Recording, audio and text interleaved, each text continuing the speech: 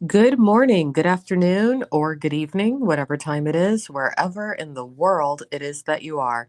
Welcome once more to another live stream of Alexandra Mayers Live, page by page reading of the Bible, commentary of the Bible as well, the modern English version of the Bible. Today we are going to pick up from where we left off yesterday. Today we will be going into Exodus 7. Now, in Exodus 6, we're still encountering Moses struggling a little bit in regards to his self confidence and whether or not he feels capable of convincing the Hebrews that he actually is in communication with God and that God is going to lead them out of Egypt and out of bondage, in other words, slavery. The Pharaoh is doing everything in his power to try to make life a lot more difficult for the slaves of Egypt, the Hebrews, by not giving them straw to make them bricks.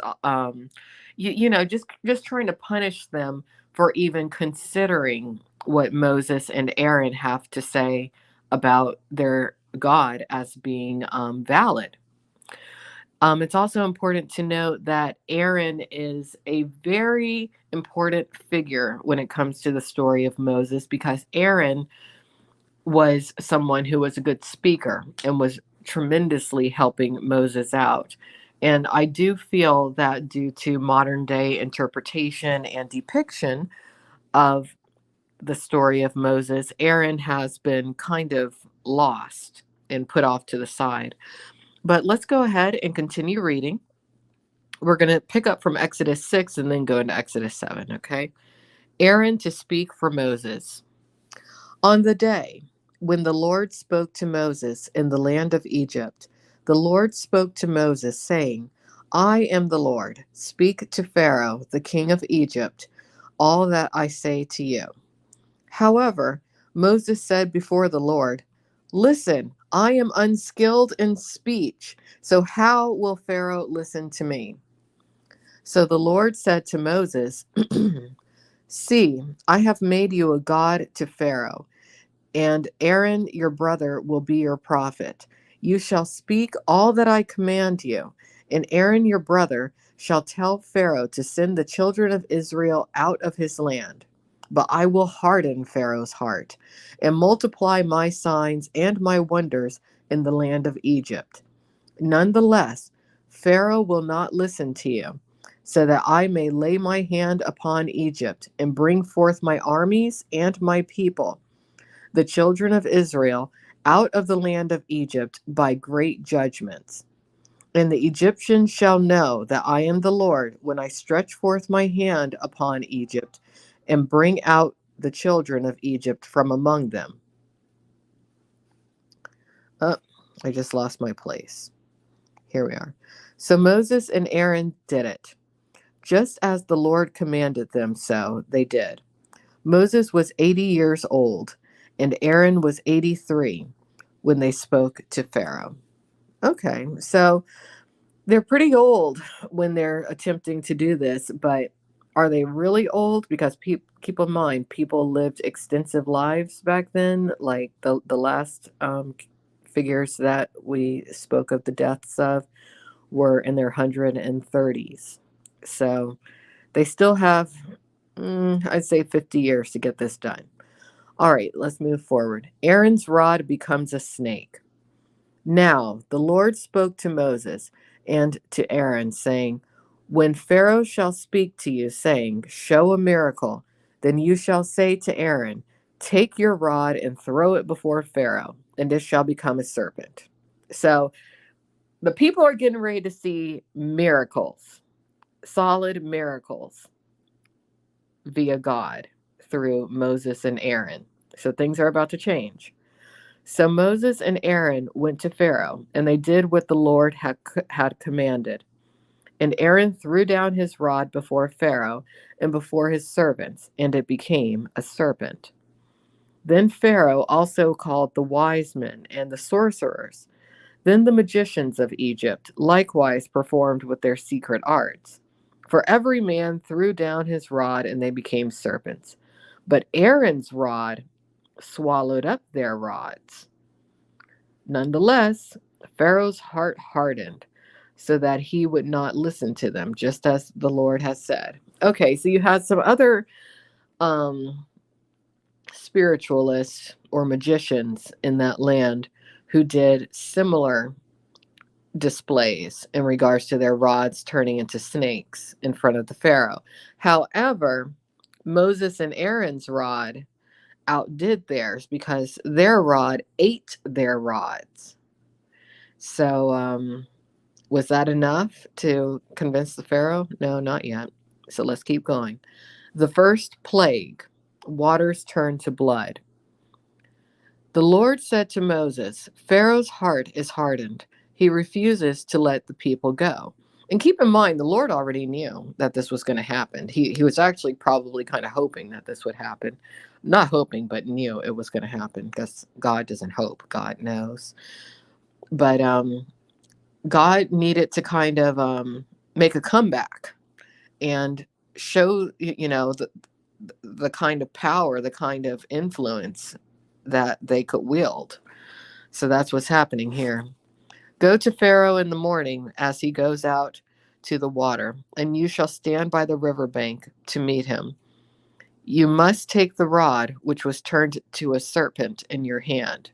So this particular staff, this rod is very important. Then you are to say to him, the Lord, the God of the Hebrews, has sent me to you, saying, let my people go, so that they may serve me in the wilderness. But up to this point you have not listened. Thus says the Lord. In this you shall know that I am the Lord. Indeed, I will strike the waters of the Nile with the rod that is in my hand, and they shall be turned to blood. And the fish that are in the river shall die, and the river shall stink, so that the Egyptians will be wary of drinking the river's water. Then the Lord spoke to Moses. Say to Aaron, take your rod and stretch out your hand over the waters of Egypt, over their rivers, over their canals, over their ponds, and over their pools of water, so that they may become blood. And there will be blood throughout the land of Egypt, both in vessels of wood and vessels of stone. So all the water is going to be tainted. All of it. All the water will be tainted.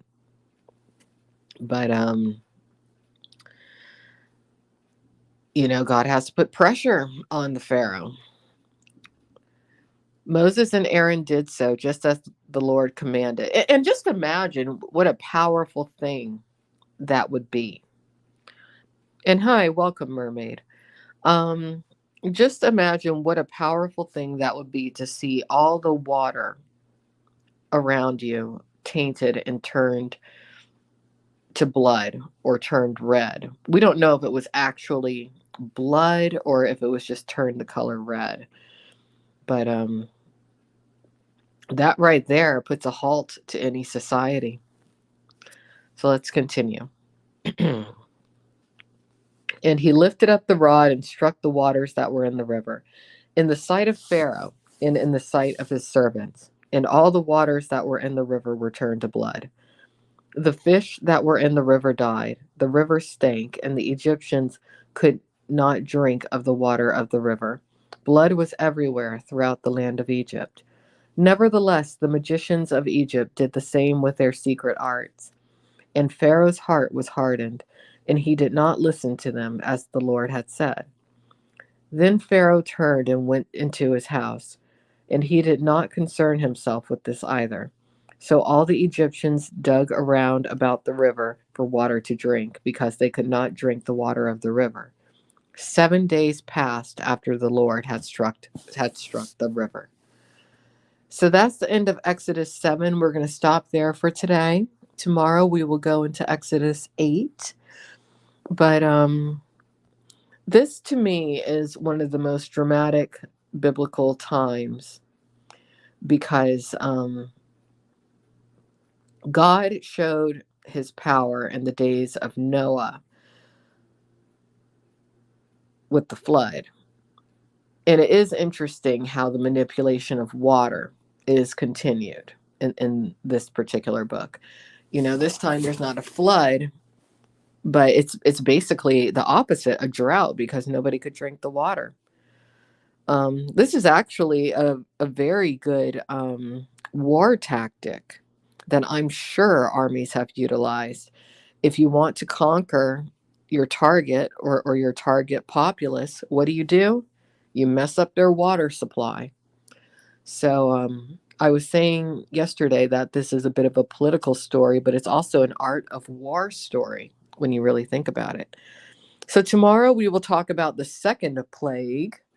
And if you want to read ahead, all you have to do is download for free the Bible via your Google Play Store or the App Store if you have an iPhone. And you can read along with me if you want. I'll tell you, reading the Bible definitely does alter your perspective in life, and it alters how you live your life and what you notice in life, what you view as important in life versus not important. So I do invite many of you on this journey along with me, especially if you're interested in living a supernatural life. So take care, have a great day, and I will talk to you later. Bye bye.